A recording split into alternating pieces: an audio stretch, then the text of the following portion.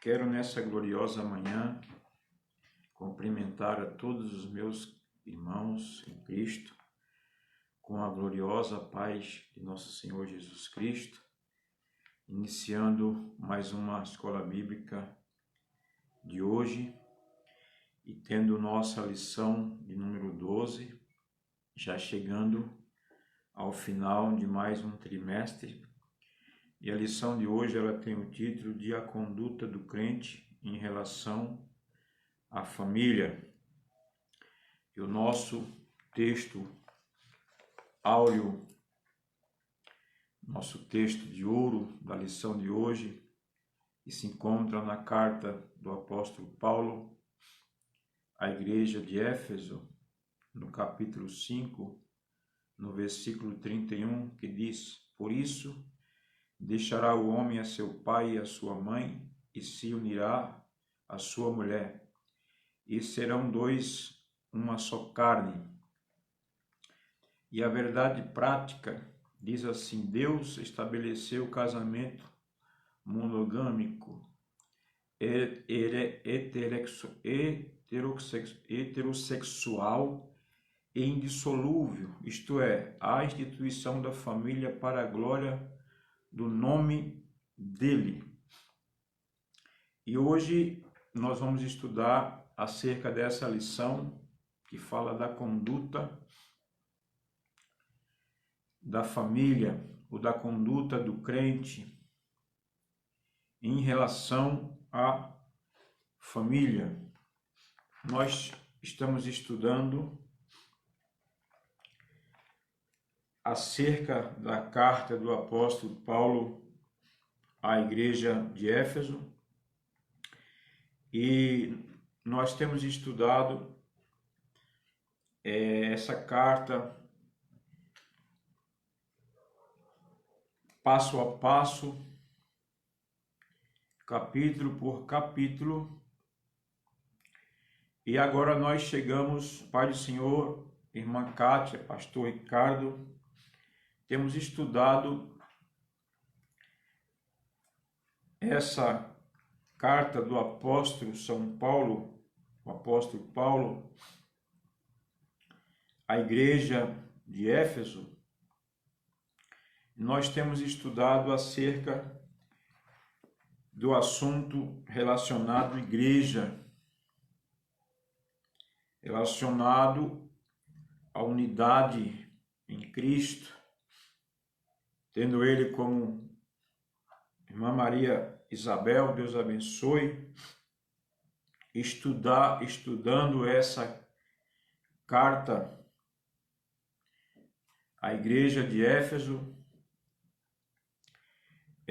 tendo em mente a unidade em Cristo, tendo em mente um só Pai, que é um só Senhor, um só corpo, uma só fé, um só batismo e um só Senhor. E na lição passada nós estudamos, creio que os irmãos se recordam, acerca da preservação da unidade. Rogo-vos, pois, irmãos, que andeis como é digno da vocação que fostes chamados. E a vocação a que fomos chamados era para preservar a unidade em Cristo, trabalhar em favor do agrupamento, em favor da unidade espiritual.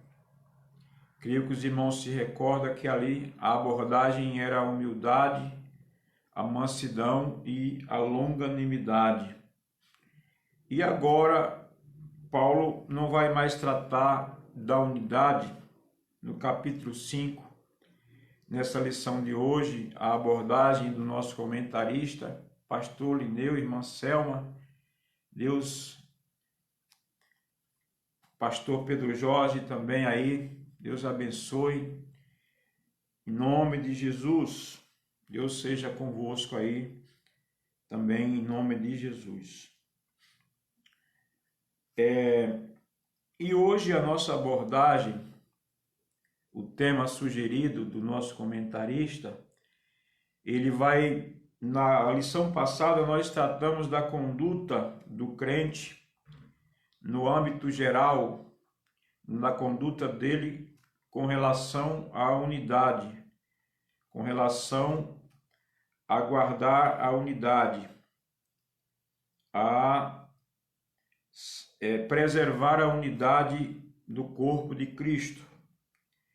Agora ele vai tratar não da unidade, mas vai tratar da individualidade das pessoas, ou no âmbito da individualidade da mulher, do marido, do filho, do patrão e do empregado.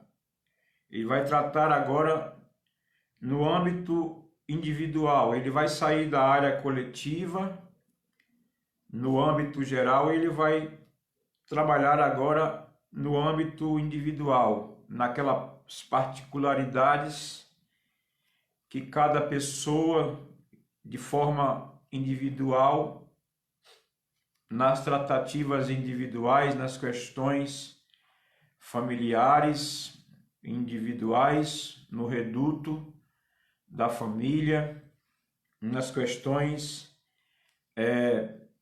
oriundas da família, no seio, na família, na formação cultural que havia nos dias de Paulo com relação à família.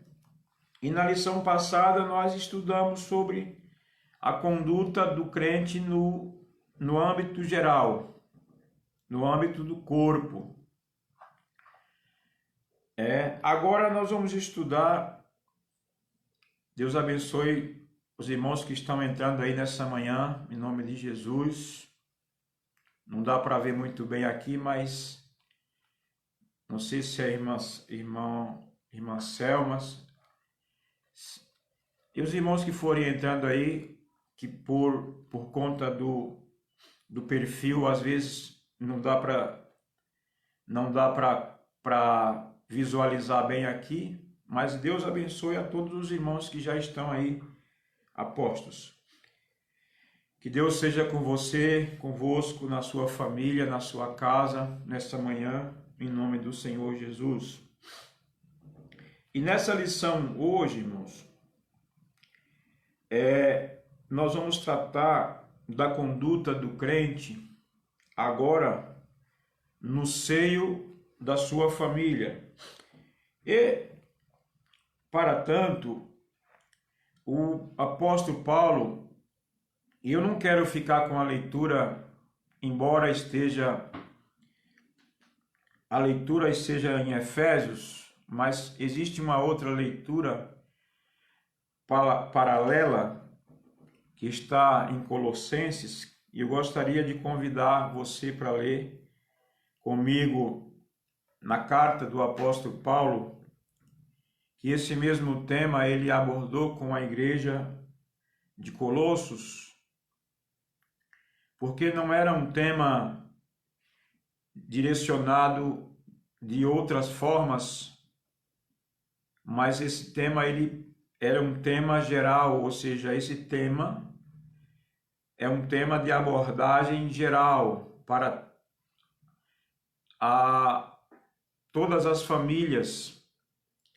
Ou seja, esse era o padrão comportamental que Deus exigiria a partir de agora do aculturamento do Evangelho, a partir da entrada do Evangelho nas culturas, aquelas culturas paganizadas, aquelas culturas greco-romana que tinham ali seus padrões de condutas, né, criados pelos homens.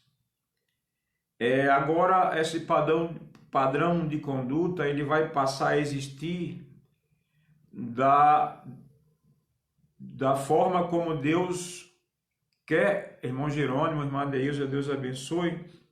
Esse padrão de conduta para a família agora, ele vai começar a existir a partir da entrada do Evangelho, desse aculturamento do Evangelho, não um padrão greco-romano, não um padrão judaico em si, mas um padrão que tem como fundamento a própria palavra de Deus.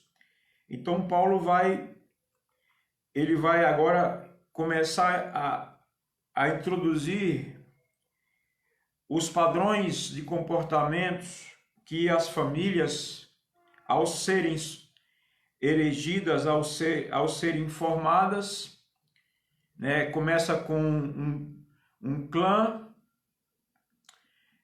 depois se torna uma tribo, né, depois ela vai evoluindo para família, depois sociedade.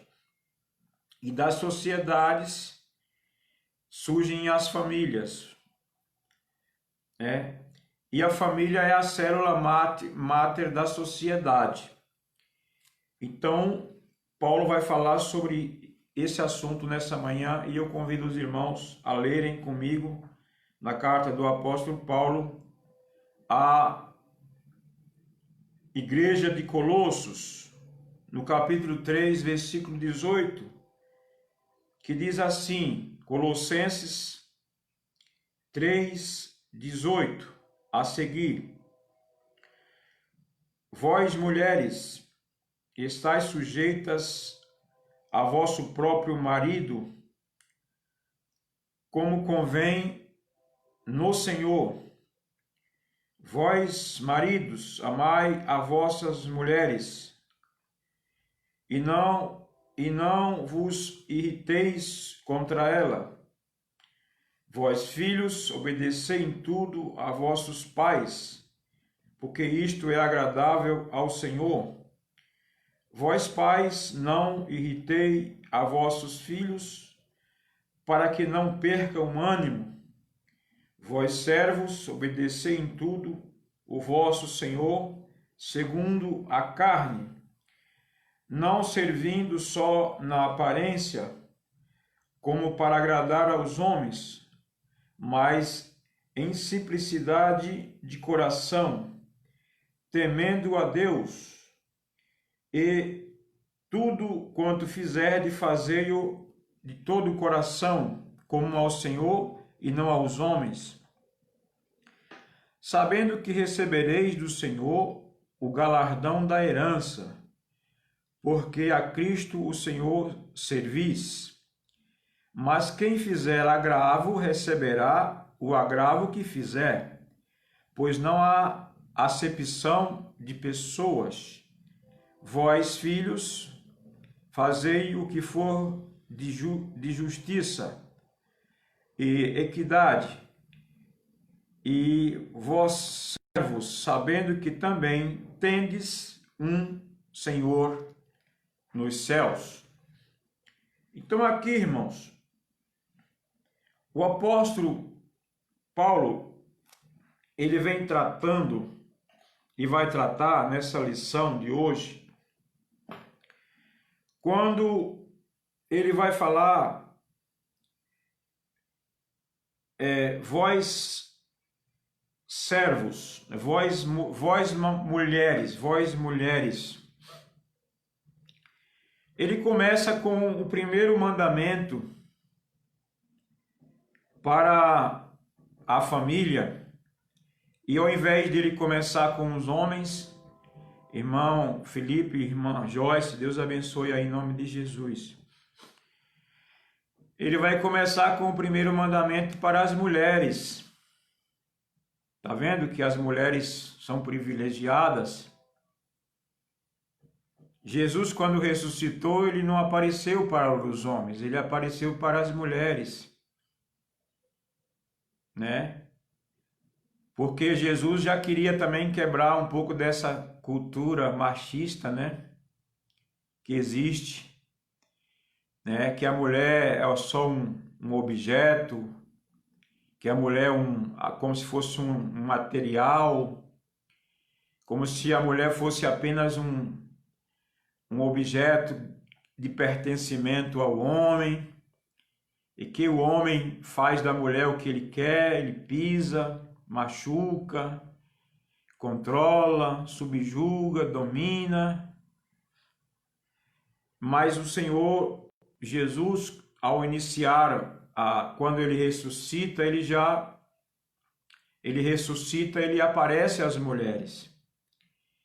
E ele recebe mulheres, ele dialoga com mulheres, ele dialogou com a mulher samaritana, quebrando os paradigmas judaicos que tinham dificuldade em se relacionar com mulheres, como eles oravam: graças a Deus que eu não nasci pobre e nem nasci mulher. Então eles tinham aquelas dificuldades em dar o devido valor à mulher, como se a mulher não fosse um ser humano, como se a mulher não fosse um ser divino, e como se a mulher fosse apenas um bicho, um objeto. E aqui o apóstolo Paulo, ele começa com um primeiro mandamento para as mulheres: vós, mulheres, estáis sujeitas a vosso próprio marido como ao Senhor. Mas não é uma sujeição de escravidão. A mulher ela vai estar sujeita ao seu marido, e a palavra aqui é submissão. E a palavra submissão, ela é uma missão logo abaixo da missão do homem, mas também é uma missão, não é algo a ser desprezado. Então a mulher, ela tem um papel, uma missão um pouco abaixo, né, como um subtenente. Hierarquicamente ela está abaixo da hierarquia do homem, do cargo de homem, porque o homem, nós vamos estudar aqui, é a cabeça da mulher. Mas ao fato da mulher estar com uma missão um pouco abaixo da missão do homem, isso também é uma missão. E esta mulher, estando nessa sujeição, e essa sujeição agora, ela não é mais para o homem, para que o homem faça da mulher o que ele bem entender. A sujeição do homem, da mulher ao homem, não é ao homem, mas é ao Senhor.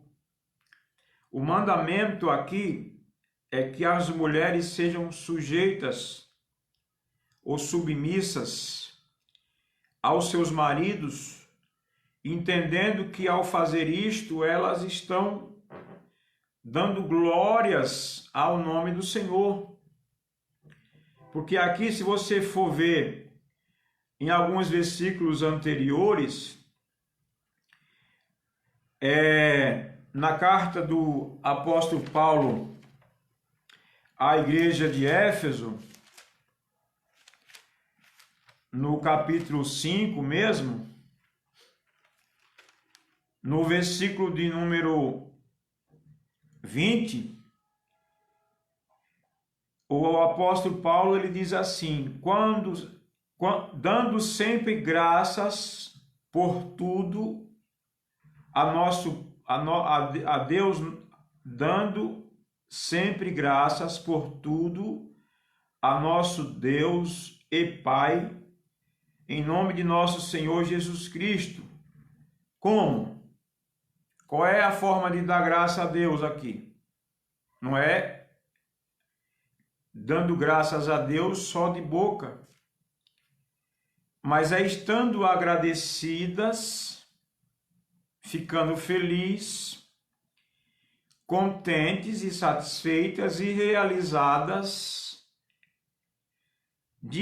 como uma serva de Deus no plano familiar. Bom dia aí, Gil, tudo bom? Deus abençoe você também. Mas aqui no plano familiar, a mulher, ao ser inclusa na família, uma forma dela ser agradecida é que ela dá graças a Deus por estar sujeita ao marido, como isso sendo uma missão, uma incumbência, um dever, estando isso como uma sujeição, uma missão logo abaixo, uma submissão, é também uma missão. E ela não se sente desmerecida, não se sente como um capacho ou um ser tirado da costela para ficar desmerecida, mas um ser que é tirada da costela do homem para estar ao lado do homem, para ser uma adjuntora, uma auxiliadora, para ser alguém que compõe na família. Então, para que ela seja cônscia dos seus deveres como mulher, não se sentindo desmerecida, nem pisoteada, nem como um capacho, um ser apenas como um objeto para o uso do homem. Não, mas com entendimento, ela entende que a missão dela é importante no seio da família. Então, o mandamento para a mulher aqui é: vós, mulheres, sujeitai-vos a vossos maridos, como se essa sujeição fosse ao Senhor, como tendo o Senhor como um Senhor máximo, que ao se sujeitar ao Senhor, nesse princípio, a mulher seria abençoada.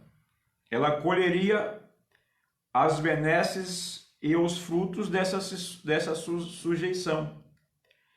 E ao passo que, se ela se ensoberbece e não quer se sujeitar ao seu marido, ela passa a ser um ser que estaria lutando contra um princípio bíblico que agrada ao Senhor.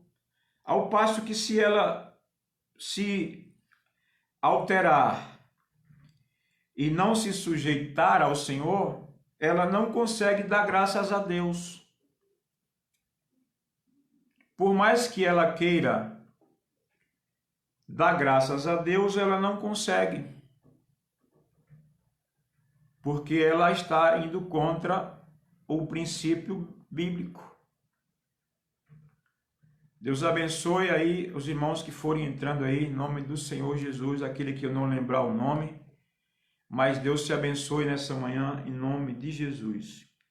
Então, a mulher aqui, ela é chamada a dar graças a Deus e ser agradecida, de tomar parte, de ser uma adjuntora, de ser uma auxiliadora, de ser alguém que Deus utiliza para formar uma família, um lar.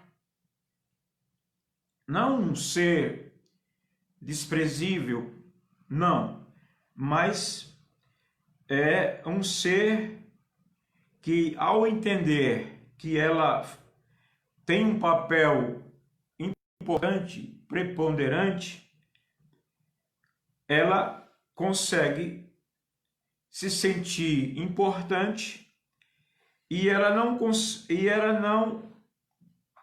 entende que ela está sendo subjugada ou que ela está sendo um objeto. Então, quando ela entende que esse subjugar-se aqui é algo que tem que ser prazeroso, tem que ser algo que seja um contentamento, fontes de gozo, e não fontes de amargura, porque aqui ele está falando, e ao Senhor. Essa tem que ser uma conscientização que é uma missão ao Senhor, que é um serviço ao Senhor, e que ao fazer isto, esta mulher estará servindo ao Senhor, ela estará glorificando a Deus, ela estará dando graças a Deus com a sua ação submissa a Deus. E ela estará cultuando a Deus dessa forma. Ao passo que, não estando assim, por mais que ela cultue, não cultua. Embora ela cultue, mas não cultua. Por quê? Ela cultua, mas não cultua como deveria cultuar. Ela está na igreja, ela está cumprindo seus compromissos, mas nessa parte ela está deixando a desejar, porque ela está colocando dificuldade na sujeição. Ela não está aceitando de bom grado, de bom ânimo, de bom coração, a sua função. É o irmão Eri que está aí? Se for, Deus te abençoe, meu irmão, em nome de Jesus Cristo. Então, esse é o primeiro mandamento que Deus dá para as mulheres. Não existe um mandamento que diga assim: vós, mães, ame os vossos filhos. Os irmãos já leram esse mandamento na Bíblia? Vós, mães, amem os vossos filhos? Não vai haver esse mandamento, porque isso as mulheres, as mães, já fazem com toda naturalidade. É impossível uma mãe que não ame o seu filho. Ele pode ser o que for, mas a mãe sempre vai amar o seu filho. Faz parte dela. Mas a parte da sujeição, que não é uma parte dela, mas um mandamento que tem que ser interiorizado, para que ela possa então ter aquilo como um mandamento vital para ela. Portanto, agora Paulo diz, para que a família possa ir bem, cada integrante da família precisa cumprir o seu papel. Se um dos componentes da família não cumpre bem o seu papel, o lar vira de cabeças para o ar, não é? Sem laços fraternos, sem laços fraternais, sem laços efetivos ou afetivos, a vida familiar vira um nó que ninguém consegue desatar senão a própria família. Então há necessidade de que cada componente da família cristã consiga se sujeitar não ao marido, porque se o marido for muito altivo ou muito fora do padrão de comportamento dele, ele passa a não servir também a Deus de forma correta, mas vai estar extrapolando os limites também da sua autoridade. Agora vamos para o mandamento dos maridos. Nós falamos agora sobre o mandamento das mulheres. Agora vamos para o mandamento do homem na família.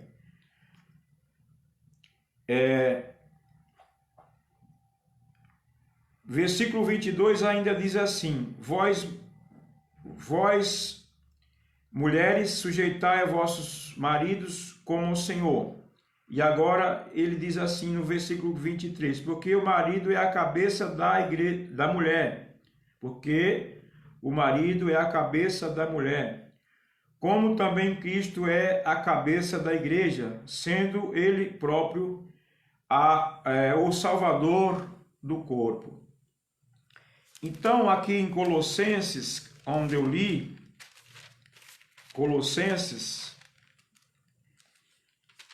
no capítulo 3, no versículo 19, ele diz assim: Vós, maridos, amai a vossa mulher, e não vos irriteis contra ela. Então, ele diz para os homens amarem suas mulheres e não se irritarem contra elas. Por quê? Porque ele vai dizer que o marido é o cabeça da mulher, assim como Cristo é o cabeça da igreja. E ele vai fazer aqui uma associação do amor de Cristo com a igreja e o amor do marido com a esposa. Porque o casamento é uma instituição divina. Quando ele disse, portanto, deixará o homem seu pai e a sua mãe, e se unirá à sua mulher, e haverá uma unidade composta. E essa unidade composta só pode ser dissolvida por uma infidelidade de uma das partes, ou por morte de um dos cônjuges. Esse é o casamento com base na instituição divina. Quando Deus iniciou, no início, quando Deus criou macho e fêmea, os criou, e Deus instituiu a família como célula máter da sociedade. E ele diz, maridos, amai as vossas mulheres. Como as mulheres na cultura greco-romana era mais tida como um objeto pertencente ao homem. Mas o fato de o marido ser autoridade maior e cabeça da mulher, ele não pode dizer que a mulher não foi tirada da cabeça, foi tirada do pé para ser pisada. Mas a mulher não foi dada como um capacho, como um objeto apenas. A mulher foi dada, e aqui ele diz que o marido deve amar as suas mulheres em comparação com o amor de Cristo com a igreja. Quando Cristo ama tanto a igreja que ele vem a padecer por ela. E o amor do homem pela mulher deve, nesse mesmo âmbito, o homem deveria morrer pela mulher. Ou seja, esse amor do marido pela mulher deveria chegar a esse nível. Como eu falei, não há um mandamento para mães amem seus filhos, porque seria uma redundância dizer para uma mãe amar o filho. Mas não é uma redundância criar um mandamento para o marido amar a mulher. Porque a nossa cultura machista, o homem, ele pode ter a mulher como tem qualquer coisa. Mas aqui, no pensamento divino, a mulher é um ser vivente. A mulher não pode haver distinção de pessoas. Ou seja, você não pode tratar a mulher como se fosse um objeto, porque a mulher também tem sentimentos. Assim como você não gostaria de ser maltratado, de ser tratado com rigidez, com asperezas, com dureza, você também não pode tratar a sua mulher como se fosse uma pessoa, um objeto, algo sem alma, sem sentimento, sem emoções. Por isso, no aculturamento do Evangelho, um cristão deve amar a sua mulher assim como Cristo amou a igreja.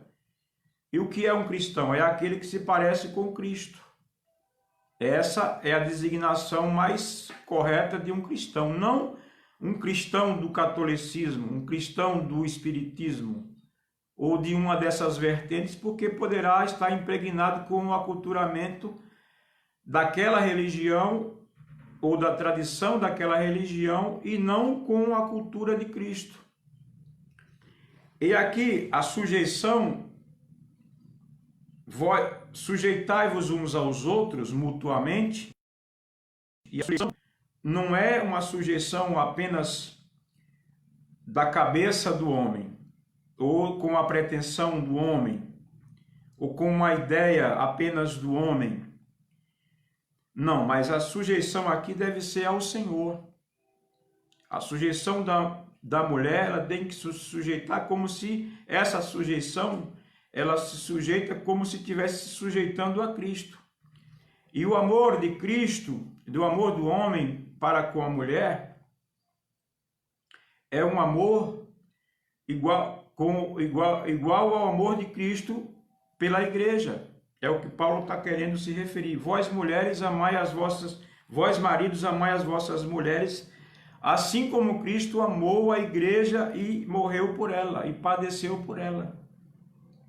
Então, o amor que Deus exige dos homens, ou o mandamento que Deus exige dos homens, não é um mandamento mais leve do que esse.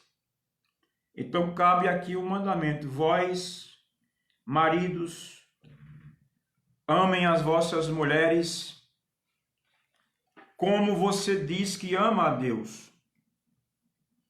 Então, se você diz que ama a Deus, e você adora a Deus, e você cultua a Deus, e você se diz cristão, você não pode amar a sua mulher com amor menor do que o amor de Cristo.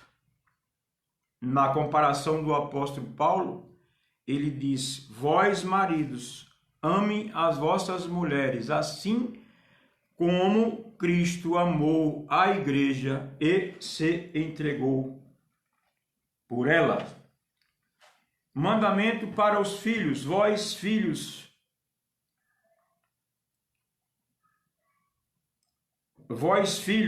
obedecei em tudo aos vossos pais. Nós sabemos que os filhos estão nos projetos dos pais. Os pais trabalham e quando eles têm um pensamento, um projeto, naqueles projetos os filhos estão inclusos. Agora, dificilmente os pais estão nos projetos dos filhos. Como diz, pai rico e porco gordo só dá lucro quando morre. Então os filhos,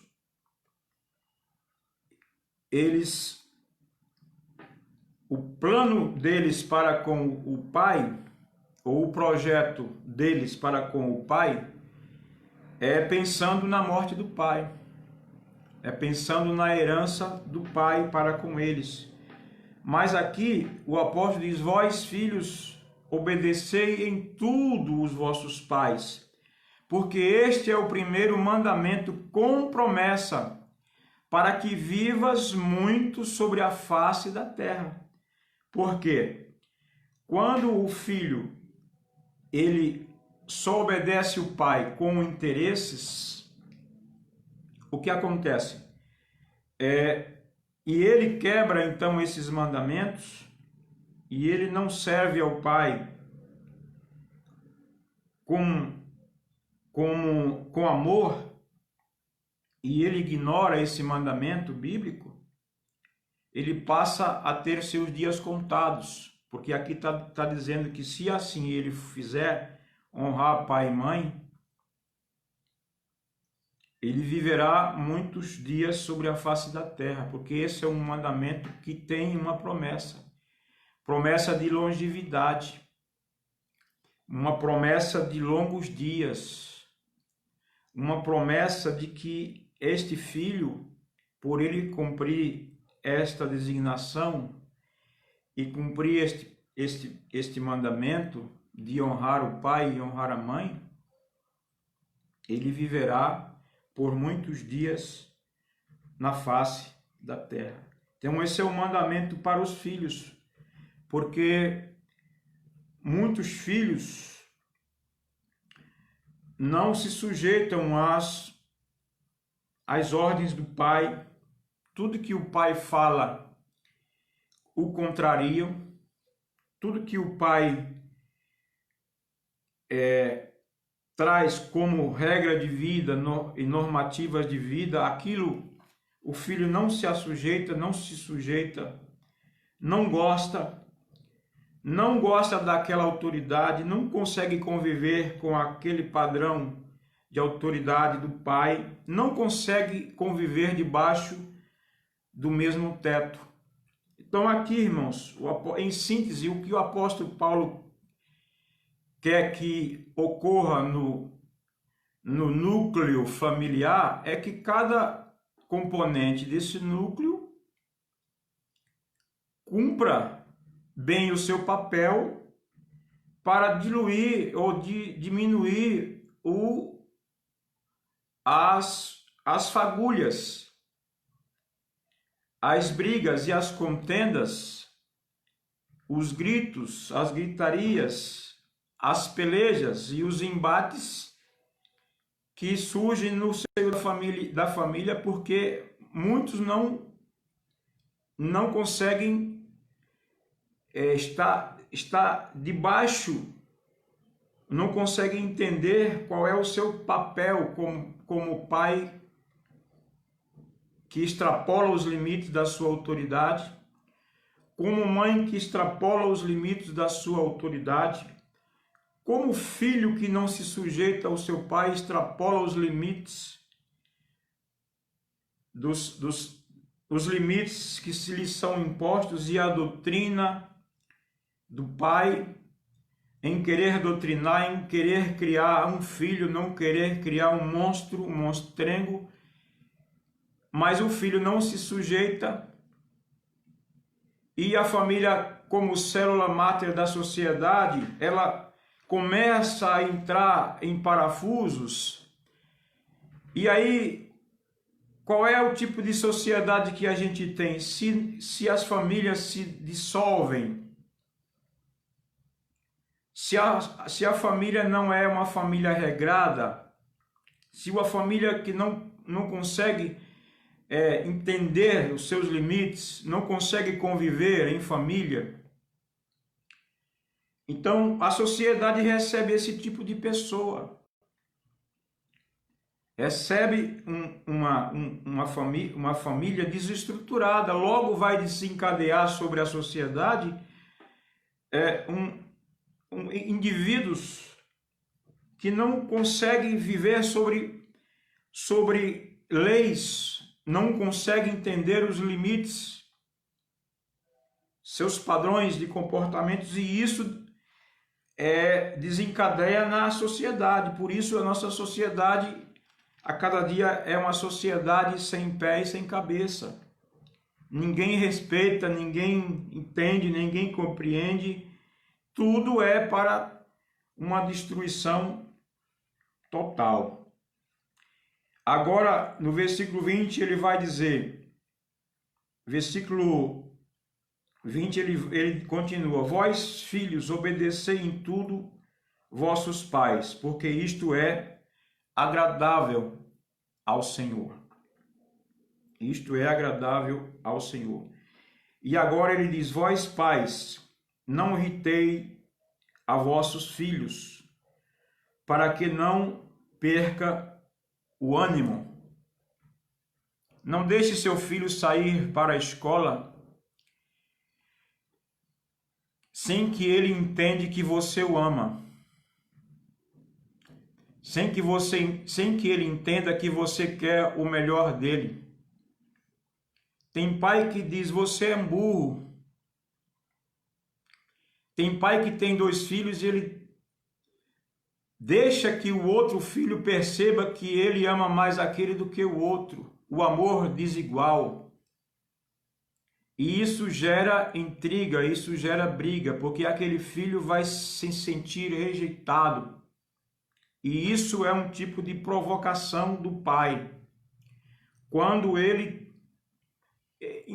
infelizmente não, mas assim, não vai ter jeito. Um pai vai querer gostar mais de um filho do que o outro. Às vezes é a menina e o pai gosta mais da menina do que do menino, ou vice-versa.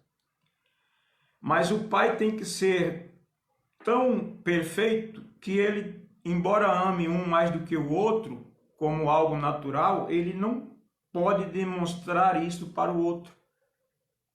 Porque esse outro também, querendo ou não, ele é filho. Então, quem pariu seus Mateus, que balance. Então, vós, pais, não provoque a ira no seu filho. Como diz a Bíblia, beija o teu filho. Mostre para ele que você o ama. Então não deixe seu filho sair por aí irado. Não deixe que ele vá para a escola irado, nervoso, preocupado, com dúvida do amor do pai. Porque se você o tratar com desprezo, ele vai achar outro amigo. Ele vai ser amigo de alguém na rede social, amigo longe. E você que é pai está perto, mas está longe. Então a maior distância não é a de um país, ou seja, a distância não é geográfica. A maior distância considerada aqui não é a geográfica, mas é aquela que mesmo estando próximo, debaixo do mesmo teto, não há afinidade. Não há uma boa relação, mas há um choque, há um estremecimento na relação, e a relação está por um triz. Então a família que assim vive, ela está prestes a sucumbir, ela está prestes a ruir, e você pagaria o melhor psicólogo para tratar de um trauma que você mesmo causou no seu filho. Um filho escreveu para um pai, colocou uma carta na mesa, disse assim: pai, se o senhor tratasse a mim como trata o seu amigo, mas é uma pena que o senhor não me trata, pai. O senhor trata bem o seu amigo, mas a mim o senhor não trata, o senhor não dialoga, o senhor não conversa comigo. O Senhor é de curtas palavras. Então, irmãos, vós pais, o que acontece? A família brasileira, a família como um todo, essa família que é uma instituição divina, ela vem perdendo os seus valores aos séculos. A cada século ela vai se esfacelando. Aí o homem vai casando com boneca inflável, porque não suporta a mulher, porque a mulher fala demais. Como a Bíblia diz, é melhor morar numa casa cheia de goteira, com bacias espalhadas, cheia de goteira, do que com uma mulher rixosa. porque a mulher extrapola o limite e ela não sabe se colocar debaixo do limite do seu padrão de comportamento. Então ela extrapola porque ela é ignorante acerca daquele assunto. Mas aqui o apóstolo está dizendo para as mulheres que querem cultivar o seu lar: sujeite-se ao vosso marido, como ao Senhor. E vós, maridos, que querem também cultivar o seu lar, amem sua mulher. Amem-se mutuamente, compreendam-se mutuamente, e isso como ao Senhor. Não nas calçadas da reconciliação, porque às vezes você vê o marido vem brigando dentro do ônibus, aí quando ele vê um amigo ou um parente, ele dá a mão para não demonstrar ou não externar o que está acontecendo naquela família, o estremecimento que está ocorrendo já de longa data com aquele casal. Aí você passa a ser só amigo dela, mas aí o amor vai esfriando, a relação vai esfriando, e tudo não passa de uma amizade, e a química, né? A magia acaba, tudo acaba, e aí o marido passa a, não mais dar atenção devida à sua mulher e não amar mais a sua mulher como deveria. E aí não é fácil, porque realmente se fosse assim não haveria necessidade de ter um mandamento, porque realmente não é fácil essa relação, porque existe os diferentes pensamentos, né? A diferença na cultura, um vem do sul, outro vem do nordeste, um vem da Europa, outro vem de outra região, e aí há aquele choque cultural. E aí, o que vai regular o que é que vai servir de parâmetro para que essa casa possa, o que é que vai ser o teto dessa casa, o que vai ser as colunas e a base dessa casa? Seria, no caso, o temor do Senhor, a sujeição a Deus, o temor a Deus, o amor a Deus. O amor aqui é o limite disso.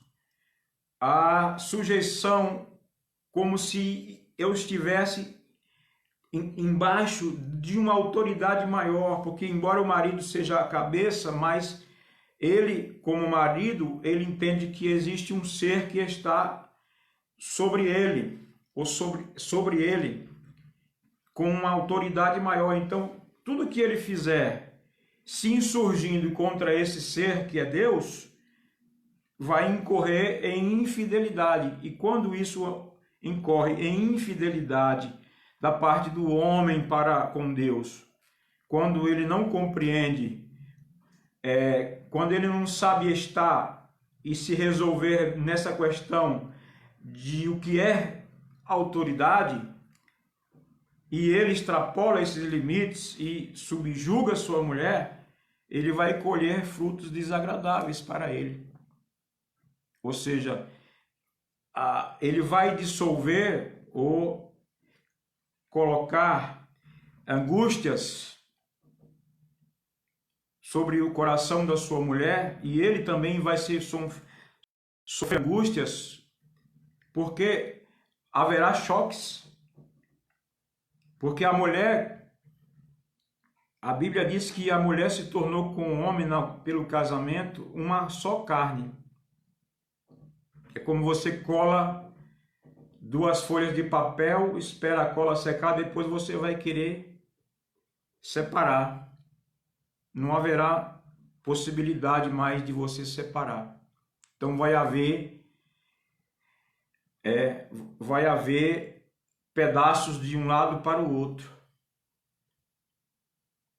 Então você já formou um corpo com aquela pessoa com quem você casou-se. O casamento é uma instituição divina. Foi Deus quem uniu macho e fêmea, ele os criou e uniu. Então não separe o homem aquilo que Deus criou. Se o homem se separar, se separe. Mas quando disser assim, Senhor, podemos dar carta de divórcio às mulheres por qualquer motivo, porque queimou o feijão, porque não passou bem a roupa, porque derramou leite? Ou seja, podemos dar carta de divórcio por qualquer motivo? Aí Deus responde, não. Porque no princípio não foi assim. Deus criou um homem para a mulher e uniu aquele homem e aquela mulher.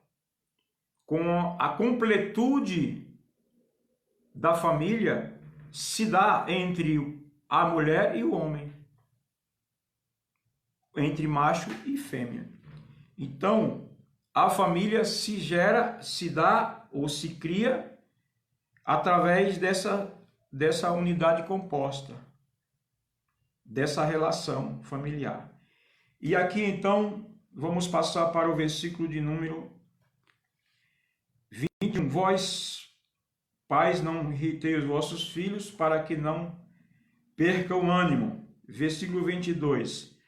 Vós, servos, obedecei em tudo o vosso Senhor, segundo a carne. Então aqui há um mandamento também para os empregados. Os empregados devem obedecer aos seus patrões.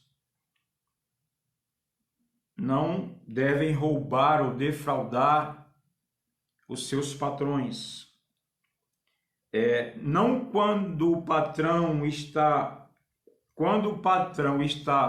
presente e o patrão estar ausente, o empregado, sendo servo, e o mandamento aqui não é humano, é um mandamento divino, para que esse empregado viva bem e seja feliz, bem-sucedido, ele não obedece como se estivesse na vista do patrão, mas ele trabalha, honra o seu patrão, faz a sua carga horária, não defrauda o patrão, não rouba o patrão, porque ele entende que ao estar debaixo de um mandamento, e o mandamento não sendo humano, mas sendo divino, quando ele assim o faz, ele já automaticamente está agradando a Deus, por conta de estar obedecendo ao Senhor, aqui como um princípio vital, um princípio de vida que em fazer isto, ele colhe do Senhor os seus frutos, ou as benesses dessa obediência. E assim fazendo, não à vista dos homens para agradar, mas fazendo ao Senhor. Então ele será um servo próspero, ele vai prosperar, ele vai achar graça do patrão, ele vai ter, os olhos do patrão serão sempre bons olhos para ele, né? Ele vai estar sempre de bom grado servindo ao seu patrão. Então ele vai obedecer ao seu patrão, não com uma regra, um jugo, um peso, uma canga posta nos ombros, né? Um peso, um jugo de uma severidade, de um déspota, de um tirano, mas ele vai servir, como no caso, como era no tempo dos escravos, quando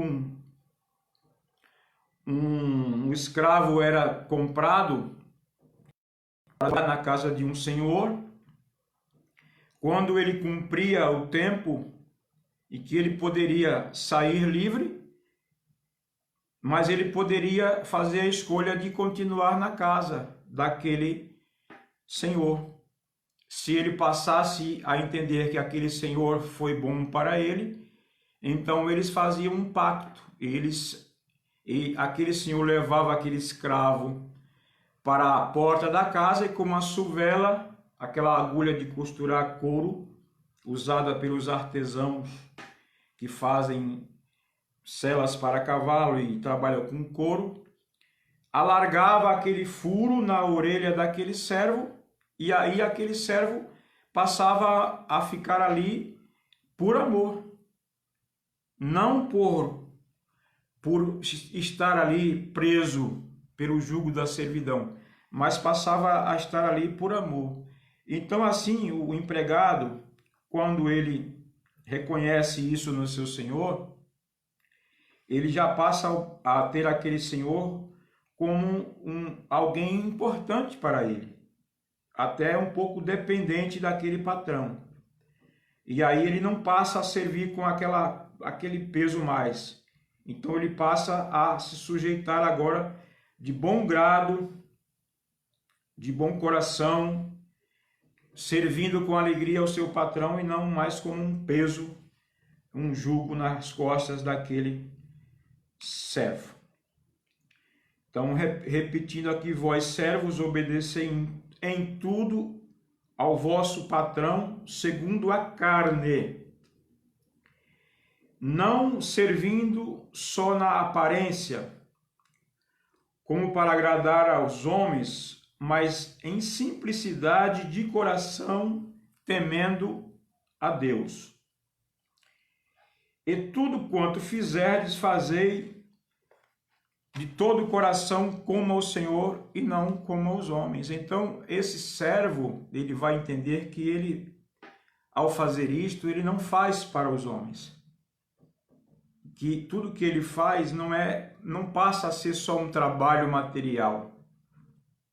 Passa a ser um trabalho também espiritual, devido à gratidão daquele servo ao trabalhar para o seu Senhor, na produtividade, na usina, aonde ele estiver desempenhando as suas funções, ele passa a ser grato e fazer aquilo com alegria, não é algo pesado.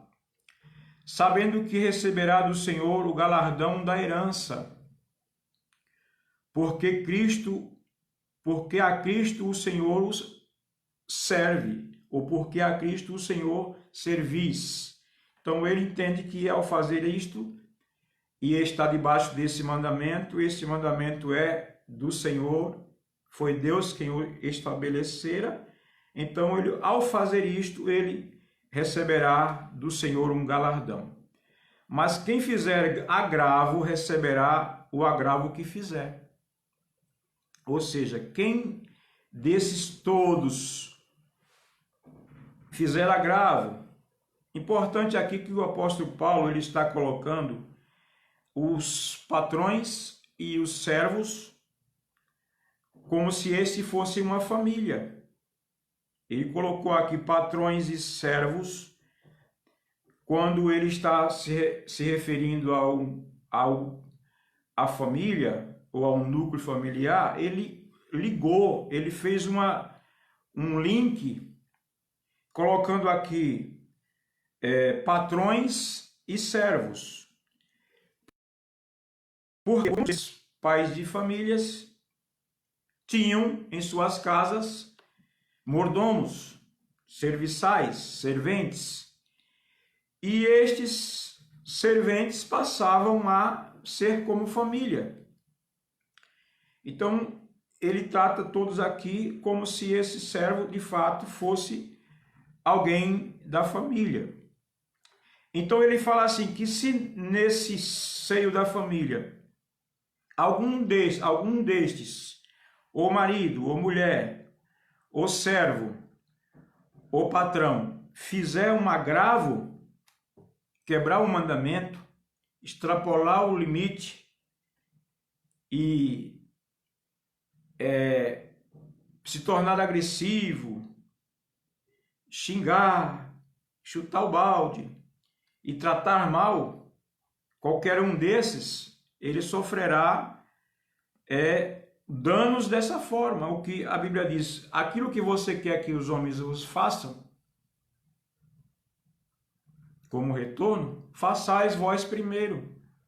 Ou seja, quem com ferro fere, com ferro será ferido. Aquilo que o homem semeia, ele também vai colher, mais cedo ou mais tarde. Então, o que você faz aqui, muitas vezes se paga aqui mesmo. O que não se pagará no pós-túmulo, pagará-se aqui. Então, quem age com rispidez, quem é linha dura e não leva desaforo para casa e trata com asperezas, com uma autoridade excessiva, não entendendo que ele também está debaixo de uma autoridade maior e ele acha que pode fazer tudo que vem à telha, ele sofrerá agravos também, porque a própria vida se encarregará de trazer agravos com outra pessoa. Assim como ele bateu, alguém vai bater nele. Assim como ele tratou mal, alguém vai tratar mal com ele. Porque a vida vai tratar também daquela forma. O juízo será sem misericórdia para aqueles que nas causas também usarem de juízo e tratarem a ferro e a fogo. Não tenha dúvida que com quem você for áspero, você vai encontrar asperezas. A vida vai se encarregar de preparar alguém também para agir com você da maneira como você agiu. Então, sabendo disso, o que é que você tem que fazer? Ser o melhor possível com as pessoas, porque você vai colher também muitos favorecimentos de pessoas. Vão vir pessoas que vão te favorecer quando você não mais espera. Suas fronteiras vão ser alargadas, as medidas vão se alargarem para você. As coisas vão se tornarem também mais abundantes para você. Alguém vai te perdoar com maior largura, com maior amplidão. Você vai encontrar pessoas, os filhos vão te amar mais. A tua mulher como um transformador de voltagem. Você vai entrar com 110, ela vai te devolver 220. Ou seja, e assim para todas as pessoas. Elas vão se travarem quando você travar também.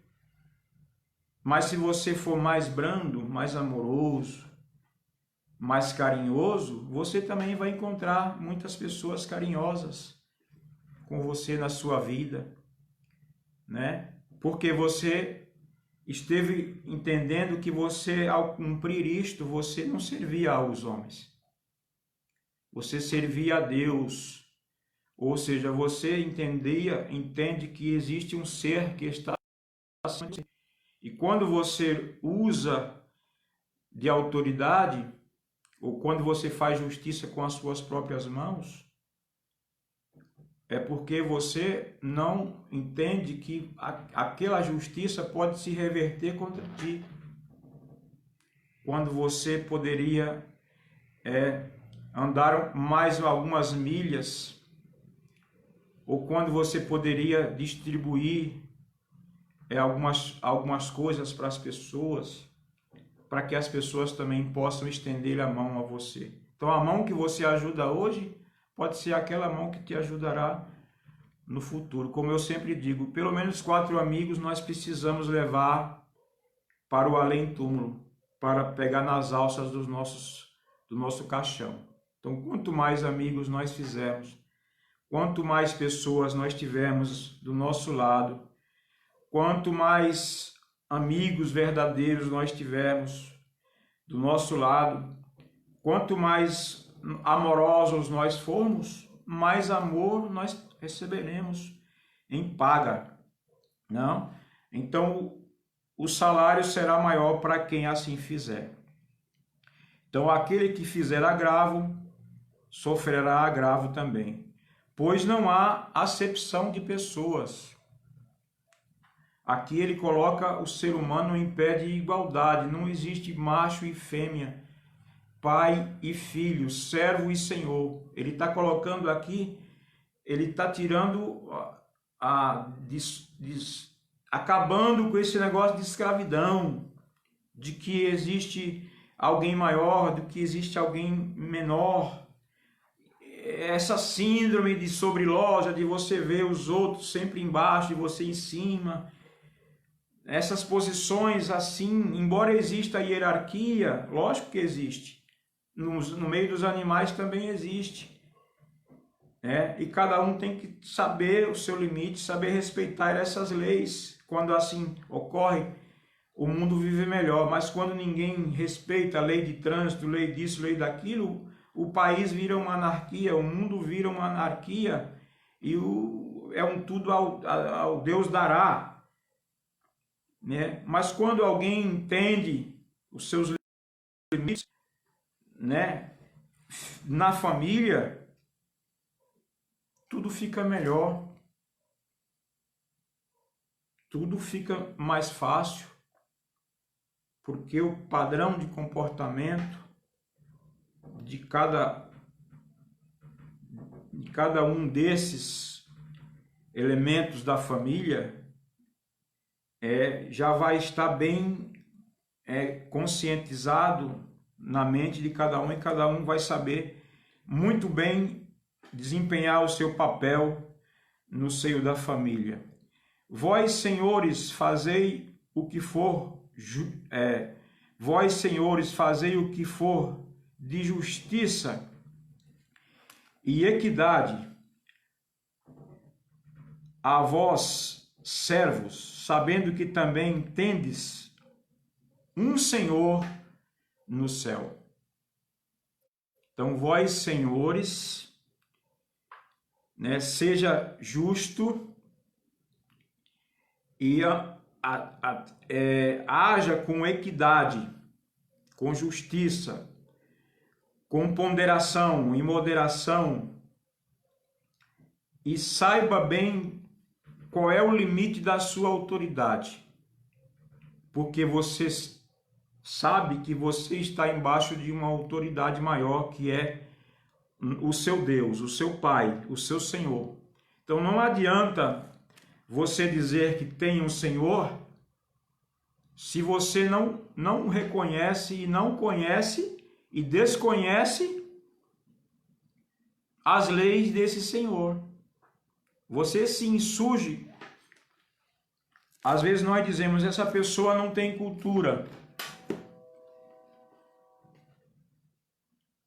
Mas na verdade não seria a palavra certa, não deveria ser essa. Deveria ser essa pessoa ignorante acerca desse assunto.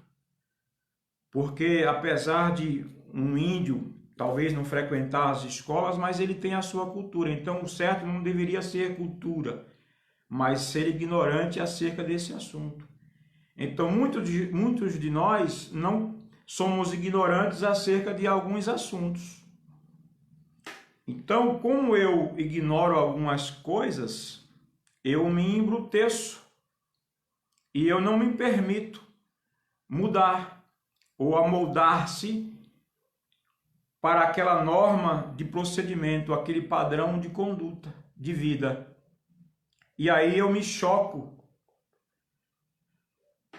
como as pedras do ribeiro, que elas passam a enfeitar os jardins, porque elas se chocam tanto que elas se amoldam e ficam redondas.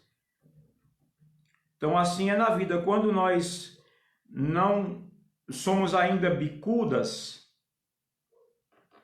e imperfeitos, a vida vai se encarregar de colocar problemas para você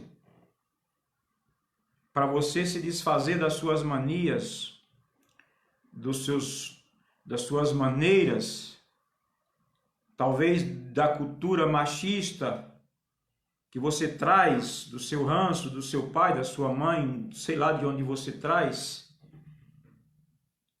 Mas quando chega diante da palavra de Deus, que é o que rege, o que norteia, o que normaliza um cristão, os que não são cristãos, pagãos e outras religiões, eles não têm a Bíblia como regra de fé normativa.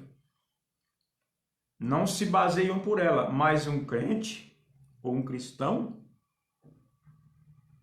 que tem na Bíblia a sua regra de fé normativa e que tenha o seu padrão de comportamento pautado na Bíblia, ou ele se atém a isso, ou ele rasgue a Bíblia e não viva nesse regime.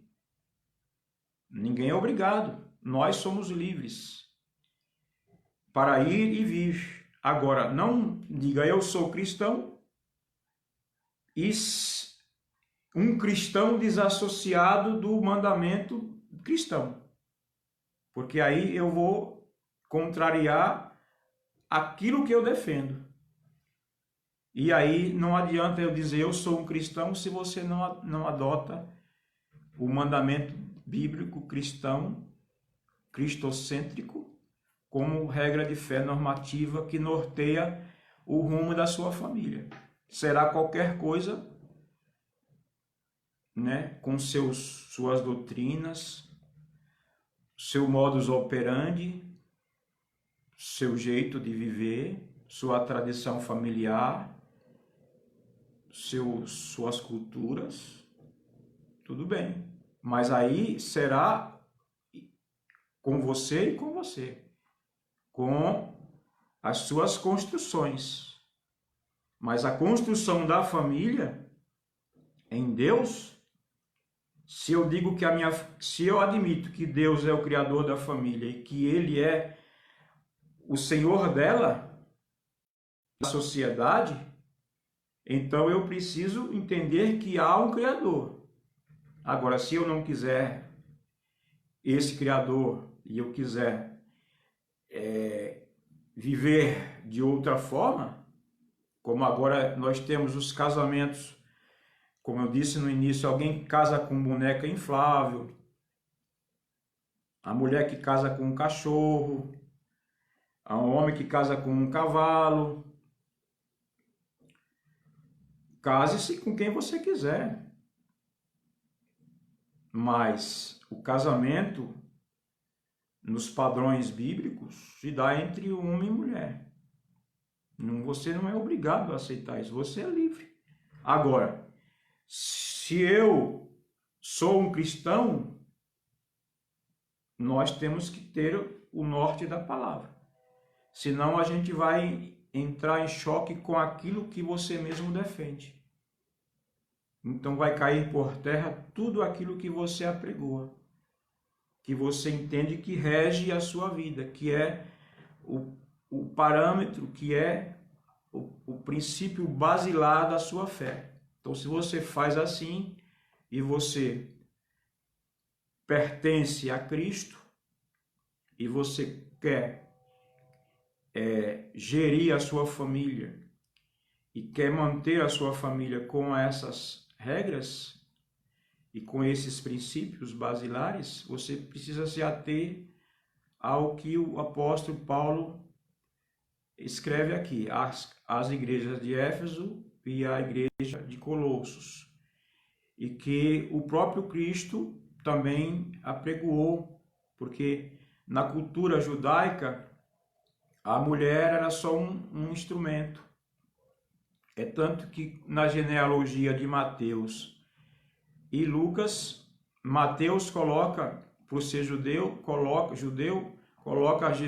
José como pai de Jesus, porque a mulher não serve para encabeçar a família. E no caso do Evangelho de Lucas, por ser grego, coloca Maria como sendo a mãe de Jesus. Por quê? Por conta do valor da mulher nas sociedades, nas culturas. E nessa cultura aqui paganizada, na greco-romana, a mulher é só um objeto. Mas quando você vem para o mandamento divino, a mulher era um ser que tem o seu valor, também tem alma, também tem sentimento, também tem emoção. Não pode ser alguém que você despreze, que você chute, mas alguém que seja valorizado. E como que nós poderíamos nos valorizar mutuamente? Se nós conseguimos ter mandamentos para gerir, para gerenciar, para nos amoldar aos padrões basilares daquilo que nós dizemos que é a nossa fé. Tá bom, meus irmãos? Que Deus abençoe a todos nessa manhã, em nome de Jesus Cristo. Que eu desejo um bom domingo a todos, vocês que participaram aí. Que Deus esteja abençoando vocês. Fiquem em casa, viu? A melhor forma de amar agora é estando distante, mas mesmo distante, nós não deixaremos de amar e de viver e conviver em família, porque isso é bom e agradável. Que Deus abençoe a todos nessa manhã, em nome de Jesus. Senhor Deus, abençoe essas pessoas que aqui tiveram nessa manhã, nessa live. Continue abençoando, continue ajudando, Senhor, dando saúde a todos. E que a tua graça e a tua paz esteja no seio das famílias, Senhor. E que cada lar e cada família esteja sendo abençoado durante esse dia, Senhor. Pai, no nome de Jesus eu peço e agradeço desde agora para todos sempre. Amém. Que Deus abençoe a todos em nome de Jesus.